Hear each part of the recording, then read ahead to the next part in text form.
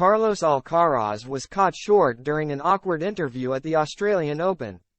Mark Petchey has vented his fury at the online reaction to Carlos Alcaraz being caught short during an awkward chat at the Australian Open.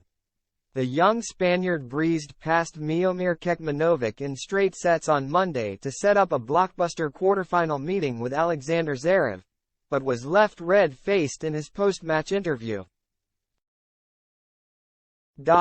Alcaraz was asked by tennis legend Jim Courier about his favorite players after revealing that he loves to watch every match that he can.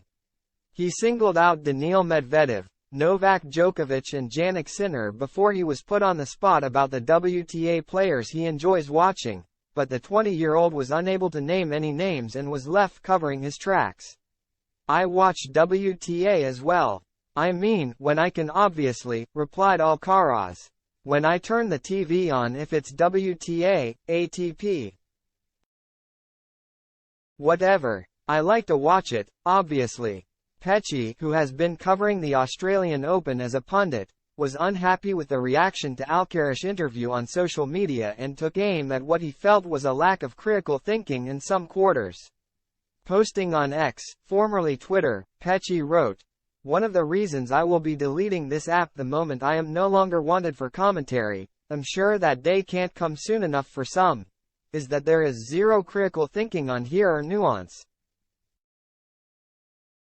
It was so blindingly obvious why Carlos Alcaraz didn't want to put a name to who he watched on the WTA Tour. I even said it after he had finished.